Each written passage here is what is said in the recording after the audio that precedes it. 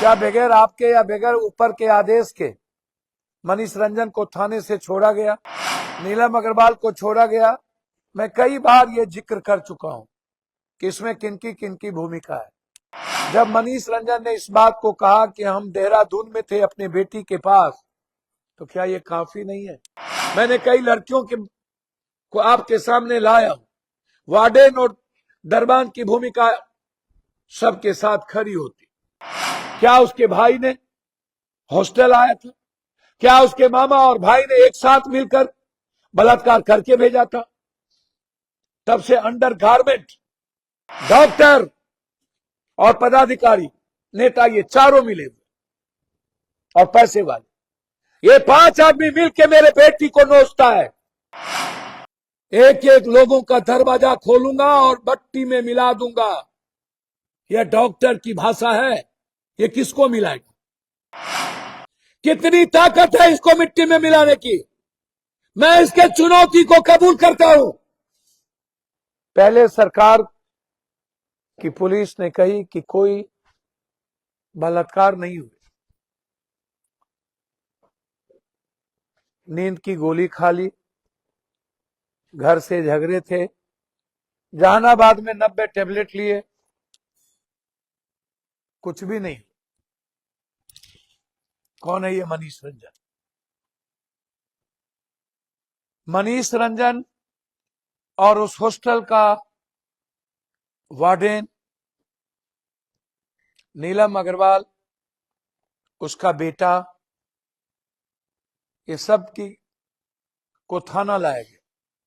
नीलम अग्रवाल को प्रभात हॉस्पिटल से 2 थप्पड़ मार के थाने लाए गए। कौन वो शख्स है, कौन वो बड़ा पदाधिकारी है जो पीआर पर छोड़ देने का आदेश दिया? क्या इसकी जांच नहीं होगी? क्या सिर्फ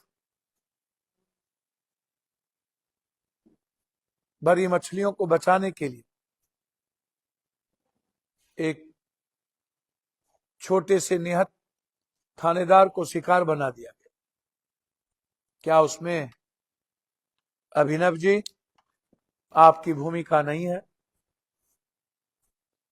क्या बगैर आपके या बगैर ऊपर के आदेश के मनीष रंजन को थाने से छोड़ा गया, नीलम अग्रवाल को छोड़ा गया? मैं कई बार ये जिक्र कर चुका हूं कि इसमें किनकी भूमिका है। क्या ये काफी नहीं है? जब मनीष रंजन ने इस बात को कहा कि हम देहरादून में थे अपने बेटी के पास, तो क्या ये काफी नहीं है कि इसने पहली पंक्ति, पहले वाक्या ही झूठ बोला? ये पटना में था, 5 तारीख को पटना में था, ये देहरादून नहीं था। फिर ये झूठ क्यों बोला? हॉस्टल का मालिक 4 साल पहले 12,000 रुपया की ड्राइवरी करने वाले आदमी के पास 19 हॉस्टल, 100 करोड़ से ऊपर के पैसे, किन के पैसे, किन नेताओं का पैसा मनीष रंजन के साथ लगा? मनीष रंजन ने मात्र 4 साल के अंदर 19 हॉस्टल कहां से खोले? ये जमीन किसकी थी? यदि मनीष रंजन को किसी एक्स एमपी या किसी ने आधे कट्ठे जमीन दिलाई, तो फिर 1.5 कट्ठे जमीन में ये घर कैसे बना? ये नक्शा पास किसने किया? जब नक्शा पास नहीं हुआ तो फिर 6 महला बिल्डिंग क्यों बनी? जब आप झोपड़ी पर बुलडोजर चलाते हैं तो आज तक मनीष रंजन के घर पर बुलडोजर क्यों नहीं चली? मनीष रंजन को आपने पूछताछ के लिए जेल से क्यों नहीं लिया? कौन बचा रहा है? कौन है मनीष रंजन के पीछे? और मनीष रंजन की भूमिका क्या क्या है? 5 तारीख को बेटी आती है और उसके बाद नहीं निकलता, सीसीटीवी फुटेज बंद हो जाती। मैंने कई बार कहा कि किसी भी लड़की के हॉस्टल में किसी भी कीमत पर किसी के बेटे, किसी के बाप को जाने की इजाजत नहीं मिलना चाहिए। एक लड़की के हॉस्पिटल में कोई मर्द क्यों जाएगा? यह सवाल मैं लगातार उठाता रहा और यह भी सवाल उठाता रहा हूं कि उस हॉस्टल के गेट पर सीसीटीवी फुटेज आप लगाए थे क्यों नहीं? और उस सीसीटीवी फुटेज का एक्सेस उसकी मां के पास क्यों नहीं होता? उसकी मां खुद क्यों नहीं गाइड करेगी कि हमारी बेटी कब निकली, हमारी बेटी कब आई, हमारी बेटी कहां है, वो एक्सेस आप उसकी मां को क्यों नहीं देते? कोई गाइडलाइंस क्यों नहीं, कोई रजिस्ट्रेशन क्यों नहीं है? लगातार ये सवाल खड़ा हो रहा है कि सीसीटीवी फुटेज को जांच करिए। लगातार ये सवाल खड़ा हो रहा है कि हॉस्टल के द्वारा चुनाव में भी 200 लड़कियों को होटल में भेजा गया। यह एक बार नहीं, कई बार ये जिक्र हो चुका है। मैंने कई लड़कियों को आपके सामने लाया हूं। वार्डन और दरबान की भूमिका सबके साथ खड़ी होती, लेकिन आज तक उस पर कोई चर्चा नहीं। आइए मैं आता हूं डीएनए पर। जब बच्ची को निकाला गया तो कौन ले गया? सीसीटीवी फुटेज नहीं है। बच्ची को निकालने के बाद उसके कपड़े को किसने धोया, उसके रूम को किसने धोया, और 11 दिनों तक वो हॉस्टल सील क्यों नहीं हुआ? केवाड़ी नहीं टूटी हुई थी। आप मानने को तैयार नहीं थे। आज तक आप पीएमसीएच के पोस्टमार्टम रिपोर्ट को मानते थे। फिर इस बार आपने अपने ही पीएमसीएच, जहां पर 5,000 करोड़ रुपए का हॉस्पिटल बनाया, डॉक्टर की रिपोर्ट को आप मानने से इनकार कर दी। फिर आप एम्स भेजने की बात की। आप एम्स में आधे अधूरे कागज दिए। आधे अधूरे कागज के बाद आपने बहुत लेट कर दी। एम्स के एचओडी ने, 5 डॉक्टर ने स्पष्ट रूप से कहा मेरे पास पूरा कागज नहीं आया, और आया भी तो आधे अधूरे कागज आया और लेट आया। मैं इस पर कोई फाइंडिंग नहीं दे सकता क्योंकि मेरे पास लड़की का बॉडी नहीं है। लड़की के बॉडी के आधार पर पीएमसीएच के टीम ने एक बड़ा आपके पास पोस्टमार्टम रिपोर्ट दिया। उस पोस्टमार्टम रिपोर्ट में मैंने पहले भी कहा, जब पहले ही फर्स्ट एड में वो लड़की उस हॉस्पिटल, जो मेडिकल काउंसिल ऑफ इंडिया के अध्यक्ष सहजानंद जी, मैं किसी पर आरोप नहीं लगाता, लेकिन सहजानंद जी के यहां गए। सहजानंद जी, जब एक बच्ची बेहोश में गई होगी तो ये स्वाभाविक है कि वहां की थाना प्रभारी चाहे किसी के दबाव में हो, चाहे किसी ने उसकी गलती करवाया हो, लेकिन उसने गलती की। आपने ना तो 9 तारीख को, जब वो कहते हैं कि 8 को प्रभात में उनको होश आया, जब होश आया थाना प्रभारी वहां थी, फिर फर्द बयान क्यों नहीं लिया? और उसके बाद 11 तारीख को केस क्यों हुआ? 12 तारीख को पोस्टमार्टम रिपोर्ट आ गया। 13 तारीख को पटना सीनियर एसपी और एएसपी कहते हैं कि अभी भी मैं उसी पर कायम हूं। पोस्टमार्टम रिपोर्ट के बाद ये सीनियर एसपी साहब, मैं आपसे जानना चाहता हूं, आप अपने को ईमानदार कहते हैं, फिर किसके प्रेशर में आपने इस चीज को छोड़ दिया? डीजीपी साहब, आप ईमानदार हैं, आज हैं कल नहीं रहिएगा। आप भी इसी समाज के हिस्से हैं। डरिए, यदि आप परमात्मा को मानते हैं तो उससे। ये हमारे समाज की बेटी है। क्यों? जिस दिन से एसआईटी जांच की घोषणा हुई तब से लेकर के उसके परिवार पर केंद्रित ये सवाल क्यों है, मैं आपसे जानना चाहता हूं। जब ये सवाल खड़ा हुआ कि उस दुकान पर नींद की गोली नहीं खरीदी गई, उसके पिता के डॉक्टर ने जो प्रिस्क्रिप्शन दिया 2 टैबलेट खरीदे गए, वो टैबलेट किसी दूसरे बीमारी के थे। बेटी वहां नहीं गई। 27 तारीख को यह लड़की जाती है और 4 किलोमीटर दूर से ही लड़की के घर की ओर रोड चला जाता है। ये लड़की अपने घर जाती है। पापा इसके दवाई लेते हैं। पापा अपने बेटा या बेटी को कहता है कि बेटा ऑनलाइन इसका पैसा कर दो। आप इस ऑनलाइन के आधार पर इस केस को टर्न अप करने का आप शुरुआत करते हैं।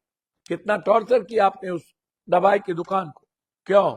जब नींद की गोली खरीदी नहीं गई, सीसीटीवी फुटेज बताया नहीं, जब वो बेटी वहां गई नहीं, तो फिर आप मरने के बाद उस बेटी को बदनाम करने का अधिकार आपको है क्या? क्या हम लोग को चुल्लू भर पानी में डूब के नहीं मर जाना चाहिए? मैं मानता हूं समाज मेरा निपुंसक हो चुका है, कायर है, कमजोर है। जब हम मणिपुर की बेटी को न्याय नहीं दिला पाए तो और किस बेटी को न्याय दिला पाएंगे? हम लोग हिजरा है, हम लोग मौग है, हम लोग लड़ने की हिम्मत नहीं करते। छी, लानत है सारे नेताओं पर। जो रात के अंधेरे में सिर्फ पैसे और सेक्स के लिए पैदा हुआ है।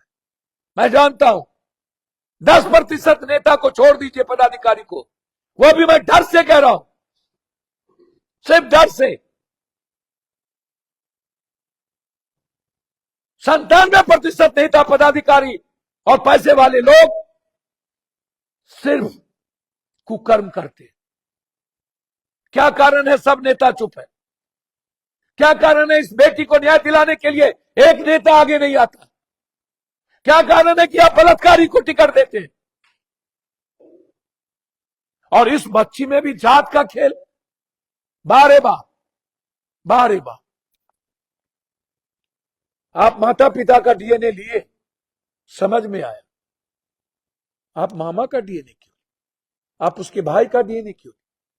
क्या उसके मामा यहां आके बलात्कार किए थे? क्या उसके भाई ने हॉस्टल आया था? क्या उसके मामा और भाई ने एक साथ मिलकर बलात्कार करके भेजा था? तब से अंडर गारमेंट में ब्लड लगा हुआ था। अंडर गारमेंट यदि नहीं मिलता तो क्या बलात्कार साबित आप होने देते? बेटी के सीने पर नछोर, बेटी के माथे में चोट सीटी स्कैन के बाद, बेटी के पीठ पर पूरी चोट, बेटी के हिप्स पर दांत काटा हुआ, बेटी के प्राइवेट पार्ट पर सूजा हुआ, बेटी के प्राइवेट पार्ट पर लगातार प्रेशर। क्या किसने किया? जब हमारी बेटी के बाद सिर्फ 5 माला बिल्डिंग पर मनीष रंजन और मनीष रंजन का बेटा नीलम अग्रवाल का बेटा और उसके साथ दोस्त, एक ही रास्ता, जब आप थे तो फिर कौन था? मामा सुभाष शर्मा, जिसने 2.5 लाख रुपया प्रभात में पे किया और 1.5 लाख रुपया मरने के बाद मेदांता को पे किया। शर्म नहीं आता? सम्राट चौधरी साहब, आप तो बहादुर हैं। हम लोगों को चुल्लू भर पानी में डूब के मर नहीं जाना चाहिए। हम लोग किसको बचा रहे? किसको? मैं हाथ जोड़ता हूं, पैर पकड़ता हूं। सम्राट जी, प्लीज प्लीज प्लीज मत बचाइए, पैर पकड़ता हूं। उसके माँ बाप आत्महत्या कर लेंगे, उसका भाई पागल हो चुका है। मत बदनाम कीजिए रिश्तों को, बचने दीजिए, बचने दीजिए। ये गंदा खेल मत खेलिए। जब बलात्कार प्रूव्ड हो गया तब आप बलात्कार किसने किया? डीएनए आप नीलू अग्रवाल के बेटे का क्यों नहीं ले रहे? मनीष रंजन के बेटे का क्यों नहीं ले रहे? आप 11 लोगों का डीएनए लेंगे, जिसमें एक मामा, एक भाई और माँ बाप का आप ले चुके। 5 आदमी का शायद डीएनए आप लिए। हम सर्वोच्च न्यायालय और हाई कोर्ट से आग्रह करेंगे कि आप सो मोटो नोटिस लीजिए, अन्यथा पूरी दुनिया खत्म हो जाएगी। ये गंदा खेल मत खेलिए। मैं बिहार के हर मां से कहना चाहूंगा, बचाइए अपनी बेटी को इन नरभक्षी हॉस्टल के मालिकों से, इन नेताओं से, इन गिद्ध दृष्टि के पदाधिकारियों से। हॉस्टल, डॉक्टर और पदाधिकारी, नेता, ये चारों मिले हुए और पैसे वाले, ये 5 आदमी मिलकर मेरे बेटी को नोचता है और यही सोसाइटी को चलाता है। सोसाइटी इसी को भगवान मानती है। कहां से न्याय मिले? रुपेश का मर्डर हुआ, न्याय मिला?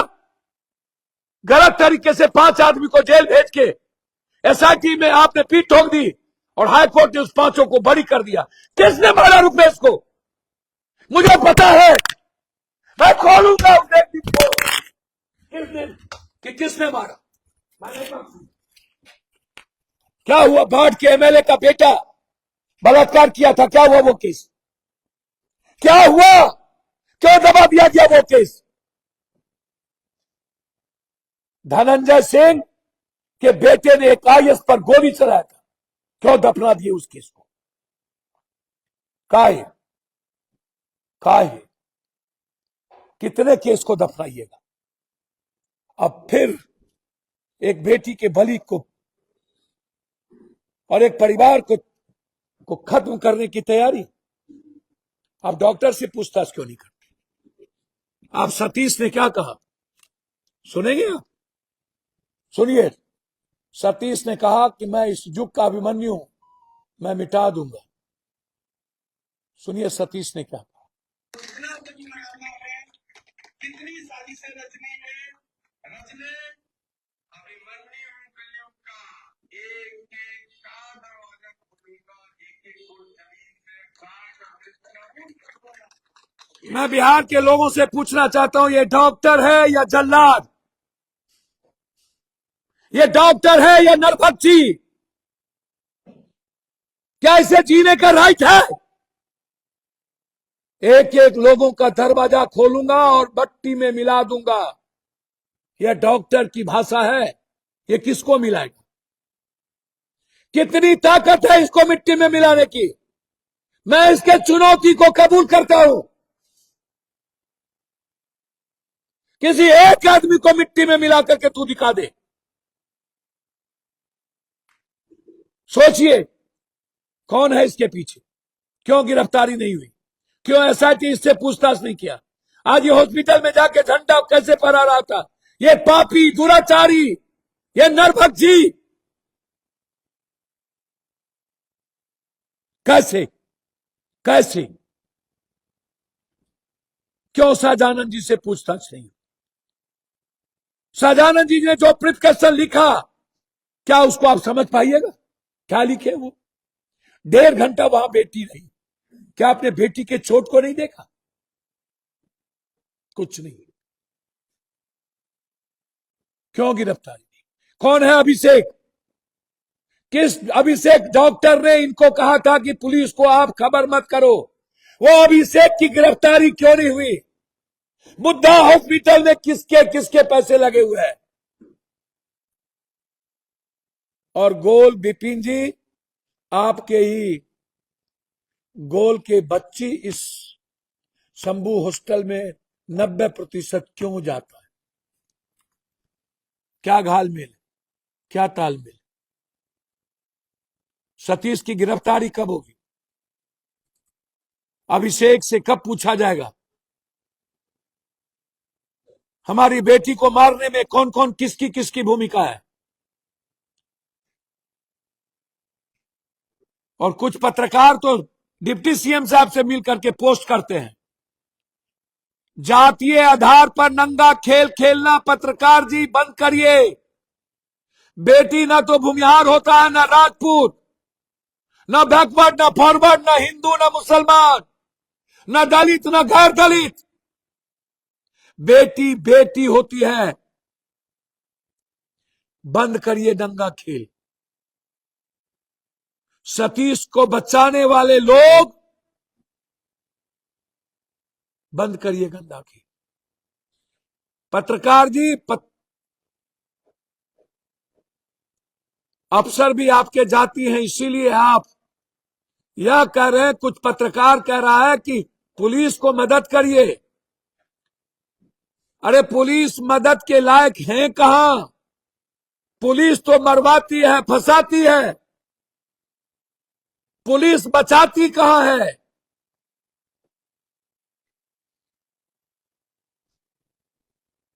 अगले बार एसआईटी का क्या हुआ रुपेश में? आप लोग तो जातीय का नंगा नाच करने लगे, और बेटी को भी आपने भूमिहार और राजपूत में मार दिया। छी छी छी छी छी छी छी छी। नाम नहीं लेंगे, लेकिन मैं जानता हूं कि आप लोग किसको बचा रहे हैं और किसके लिए आप लोग ये बकवास कर रहे हैं। ये सही नहीं है। मैं इसे सही नहीं मानता। एक बूढ़ा पत्रकार जो अपने जाति के रंग में हमेशा रहता है और जाति से निकलता नहीं है, नाम नहीं लूंगा, खिलाड़ी हिलारी डेलारी कौन है मुझको नहीं पता, और भी लोग हैं, सही नहीं है, सही नहीं है, सही नहीं। अपने स्वजातीय डॉक्टर और पदाधिकारी को बचाने के लिए नंगा नाच मत करिए, यह सही नहीं है। डॉक्टर की गिरफ्तारी करिए और उस परिवार को और उस बेटी को मरने के बाद जो लोग चरित्रहीन पर उतरे हैं, इस बिहार की जनता को आवाज देनी चाहिए। 28 को मैं राष्ट्रपति महोदया जी के सामने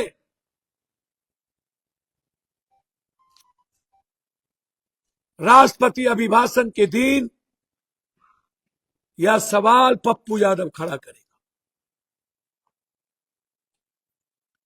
मैं नहीं छोड़ूंगा, हाईकोर्ट से सुप्रीम कोर्ट तक लड़ूंगा, लेकिन जब तक ये 90% डॉक्टर, 90% नेता, 90% पदाधिकारी, 90% पैसे वाले, 90% रसूख का बेटा और इस माफिया को और इस हॉस्टल, हॉस्पिटल और थाना को नंगा नहीं करेंगे, तब तक चैन से नहीं बैठेंगे। बहुत बहुत धन्यवाद, नमस्कार।